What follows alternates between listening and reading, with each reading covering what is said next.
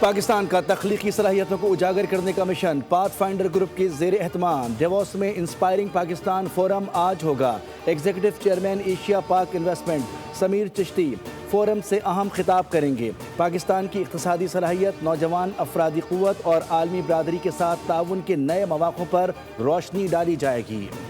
Forum سے path finder group کے بانی اکرام سہگل، چیئرمین زرار سہگل، سی ای او اے کے ٹی سیکیورٹیز فرید عالم اور مائیکل کوگل مین بھی خطاب کریں گے۔ فورم کا مقصد پاکستان میں روزگار کے نئے مواقع پیدا کرنا اور عالمی سرمایہ کاروں اور بین الاقوامی کمیونٹی کو متوجہ کرنا ہے۔ پاکستان ایک ابھرتی ہوئی معیشت ہے جہاں سرمایہ کاری، کاروبار اور پائیدار ترقی کے وسیع امکانات موجود ہیں۔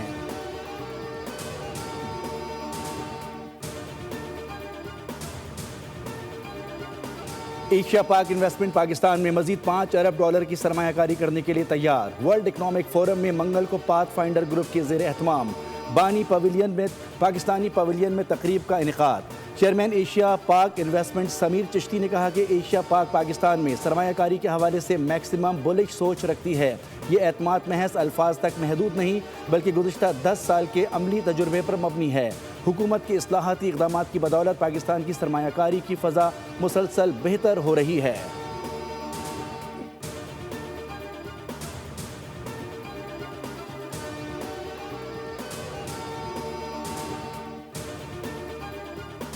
ڈیووس آپ کو پتا ہے کہ اس وقت most exciting place is in this place کیونکہ this is one of the biggest, اب جتنی ہوئی ہے عرصے سے ہو رہی ہیں یہ ڈیووس کی conferences, but this is heard as one of the biggest one this year. So کافی ایکسائٹمنٹ ہے، کافی جو ہے یہاں پہ انرجی نظر آ رہی ہے۔ ابھی تو کل سے شاید پورا جو فورمس اور میٹنگ شروع ہوں گی اس میں کافی اور نظر آئے گا۔ ہمارے لیے یہ ہے، پاکستان کے لیے I think it's a very خوش آئین چیز یہ ہے کہ ماشاءاللہ سے پاتھ فائنڈر والے بہت عرصے سے یہ پاکستان پویلین لگا رہے ہیں، but this time it is even more special. دنیا میں پاکستان کی پذیرائی ہو رہی ہے اور تاثر تبدیل ہو رہا ہے۔ ورلڈ اکنامک فورم 2026 میں پرائیویٹ سیکٹر کو بھرپور موقع دیا گیا ہے جو خوش آئین ہے۔ ورلڈ اکنامک فورم کے speaker Pakistan soft where export board کے سابق سی ای او ابو بکر کی پروگرام بیوپار ود ارباب جہانگیر میں گفتگو۔ ورلڈ اکنامک فورم میں ایشیا پاک انویسٹمنٹس کے ایگزیکٹو چیئرمین سمیر چشتی آج فورم سے خطاب کریں گے۔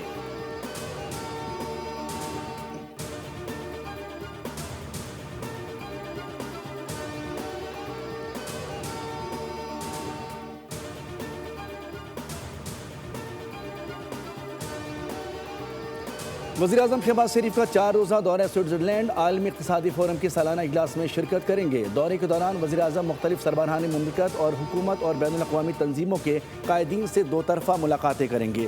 دورے کا اہم حصہ بزنس راؤنڈ ٹیبل ہے جس کا مشترکہ اہتمام پاکستان اور ورلڈ اکنامک فورم کر رہے ہیں، جہاں عالمی سطح کی نمایاں کمپنیوں کے رہنما بھی شریک ہوں گے۔ ڈیووس میں ہونے والا یہ اجلاس دنیا بھر کے سیاسی رہنماؤں، بڑے تاجروں اور عالمی تنظیموں کے نمائندوں کا گڑھ ہوتا ہے۔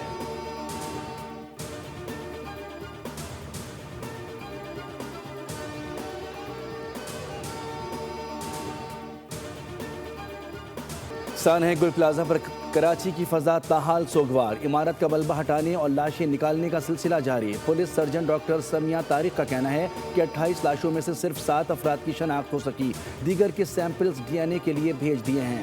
شناخت ہونے والوں میں فائر فائٹر فرقان ولد شوکت، فاروق ولد انور، فراز ولد انس، محمد علی ولد حاجی حبیب، عامر ولد سلیمان، کاشف ولد یونس، تنویر ولد عبدالکلیم شامل۔ متاثرہ خاندانوں کے افراد کے نمونے حاصل۔ پلازہ کی چھت پر بنی پارکنگ سے 32 گاڑیاں اتار لی گئیں، کاریں، موٹر سائیکلیں اور رکشہ شامل ہیں۔ وفاقی وزیر تجارت جام کمال بھی یکجہتی کے لیے گل پلازہ پہنچے۔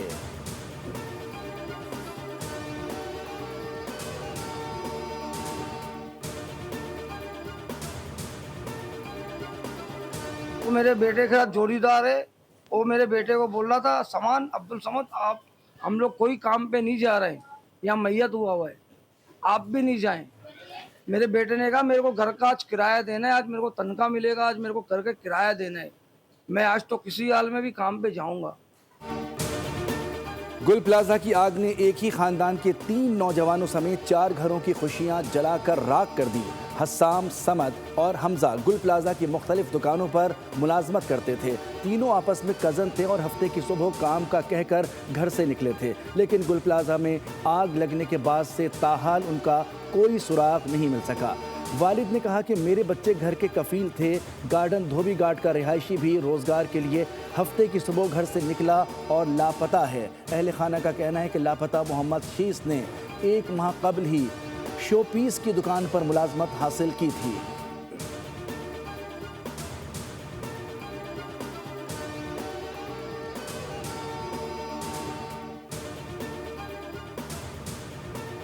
سانحہ گل پلازا کے بعد سندھ بلڈنگ کنٹرول اتھارٹی کو ہوش آ گیا۔ شہر بھر میں 3 روز میں فائر سیفٹی سسٹم نصب کرنے کا الٹیمیٹم۔ چیئرمین آباد کو تحریری طور پر آگاہ کر دیا گیا۔ ایس بی سی اے حکام کا کہنا ہے کہ حفاظتی اقدامات نہ کرنے والے بلڈرز کو 3 دن کی مہلت دی گئی ہے۔ میئر کراچی مرتضی وہاب کا کہنا ہے کہ ضلع جنوبی اور شرقی کی 6 مختلف عمارتوں کا فائر سیفٹی آڈٹ کیا گیا۔ مالکان سے درخواست کرتا ہوں کہ فائر سیفٹی کو یقینی بنائیں۔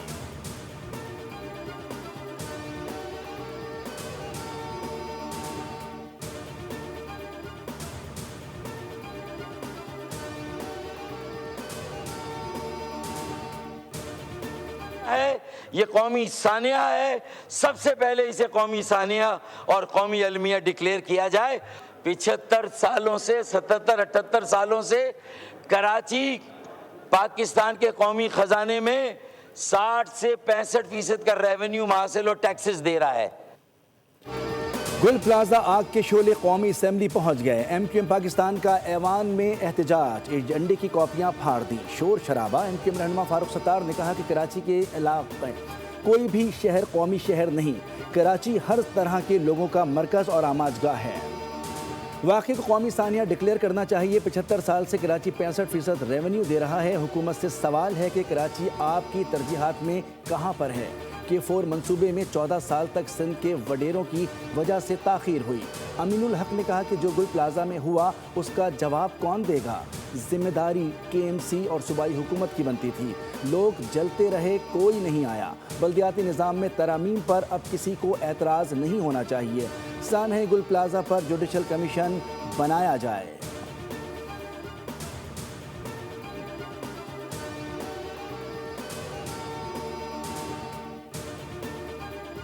اور ایم کیو ایم 35 سال ان 2 جماعتوں نے کراچی کو اس حال پہ پہنچایا۔ مجھے یہ بتایا جائے کہ کراچی میں آگ لگنے کا سب سے بڑا سانحہ کون سا تھا؟ ذکر ہی کوئی نہیں۔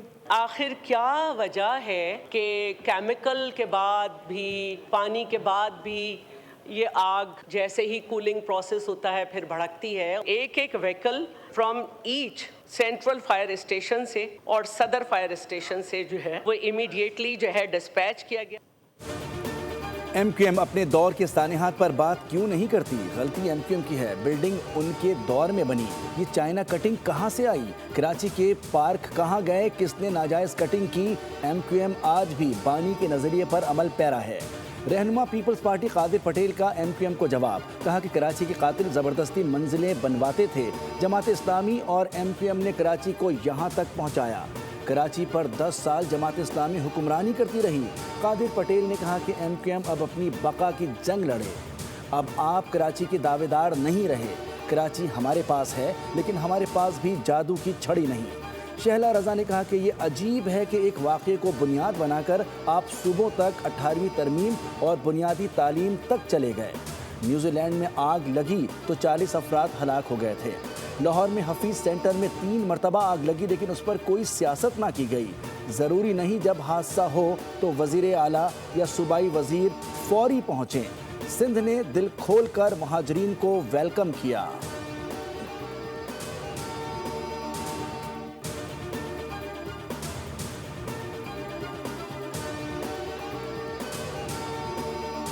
وزیر اعظم کا کراچی سانحے پر عملی توجہ کا فقدان افسوسناک ہے۔ وزیر اعلیٰ سندھ کو فون کرنا وفاقی ذمہ داریوں سے بری نہیں کرتا۔ سربراہ MQM خالد مقبول صدیقی کی پارلیمنٹ ہاؤس کے باہر میڈیا سے گفتگو. کہا کہ گل پلازا میں آگ لگنے کا حادثہ نہیں بلکہ 17 سالہ مسلسل نظر اندازی کا نتیجہ ہے. ایمبولنس اور پولیس بر وقت نہ پہنچنا انتظامی ناکامی کی واضح مثال ہے. MQM وفاق کی اتحادی ہے، خیرات نہیں شراکت مانگ رہی ہے.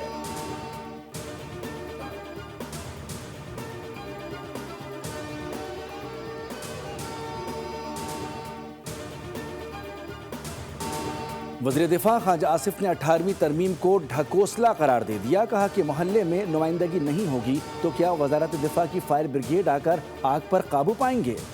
کراچی میں آتش زدگی حادثات کی روک تھام اور 25 کروڑ عوام کو بااختیار بنانے کے لیے لاہور، کراچی، پشاور اور کوئٹہ میں بااختیار اور فعال مقامی حکومتوں کا نظام ناگزیر ہے. آمریت کے ادوار میں بھی مقامی حکومتیں چلتی رہیں. کراچی میں آتش زدگی واقعے پر جتنا افسوس کیا جائے کم ہے.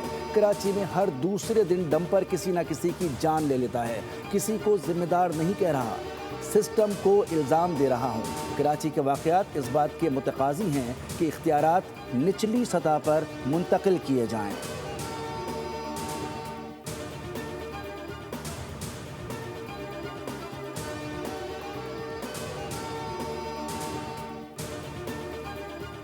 کراچی میں جیل چورنگی کے قریب ڈکیتی کی واردات. ڈاکوؤں نے 62 لاکھ روپے لوٹ لیے. فائرنگ سے فلٹر پلانٹ میں کام کرنے والا 25 سالہ راہگیر وقار احمد شدید زخمی ہوا جو اسپتال میں دم توڑ گیا. پولیس حکام کے مطابق شہری کلفٹن میں نجی بینک سے رقم نکال کر گاڑی کی پیمنٹ دینے جیل چورنگی کار شو روم پہنچے تھے. شہری نے گاڑی سے پیسے نکالے تو ڈاکو پیچھا کرتے ہوئے پہنچے اور لوٹ مار کرنے کے بعد فرار ہو گئے.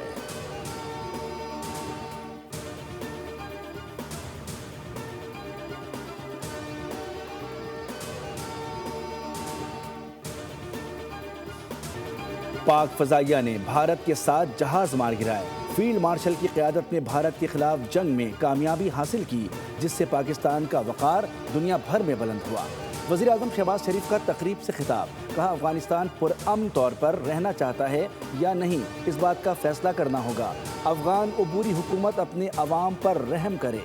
نوجوانوں کو شدت پسندی سے بچا کر مثبت سمت دینا وقت کی اہم ضرورت ہے. وزیر اعظم نے کہا کہ پاکستان معاشی طور پر مضبوط سے مضبوط تر ہو رہا ہے. خیبر پختونخوا کے عوام اور سیکیورٹی فورسز نے ملک کے امن و سلامتی کے لیے تاریخی کردار ادا کیا. خیبر پختونخوا میں پائیدار امن کا قیام ناگزیر ہو چکا ہے.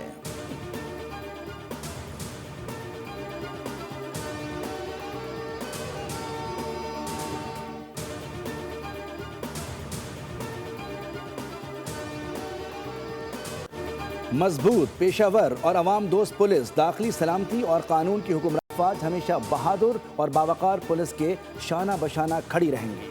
ISPR کے مطابق نیشنل پولیس اکیڈمی کے کمانڈنٹ نے فیلڈ مارشل کا پرتپاک استقبال کیا جبکہ پولیس کے چاق و چوبند دستے نے گارڈ آف آنر پیش کیا.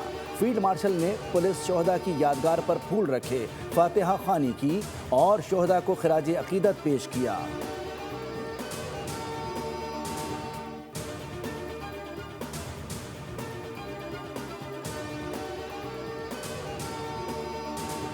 چیئرمین سینٹ نے اپوزیشن لیڈر کی تعیناتی کا اعلان کر دیا. علامہ راجہ ناصر عباس اپوزیشن لیڈر مقرر. اپوزیشن لیڈر کی تعیناتی رولز اور قوانین کا جائزہ لے کر کی گئی.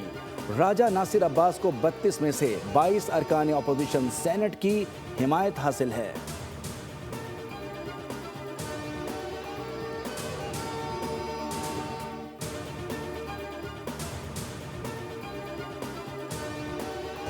KP اور فاٹا کیوں جل رہا ہے؟ یہ PTI حکومت کی نااہلی ہے. دہشت گردوں سے کوئی ہمدردی نہیں ہو سکتی. PTI کی نالائقی سے پورا ملک دہشت گردی کا شکار ہوا. طلال چودھری کا قومی اسمبلی میں اجلاس میں اظہار خیال. کہا کہ PTI کے دور حکومت میں نیشنل ایکشن پلان 2 بنا تھا. نیشنل ایکشن پلان پر تمام سیاسی جماعتیں متفق ہوئیں. KP میں جو ہو رہا ہے اس پر صوبائی حکومت آن بورڈ ہے. خیبر پختونخوا میں ابھی تک CTD کیوں نہیں بنا؟ PTI کو سیف سٹی بنانے سے کون روکتا ہے؟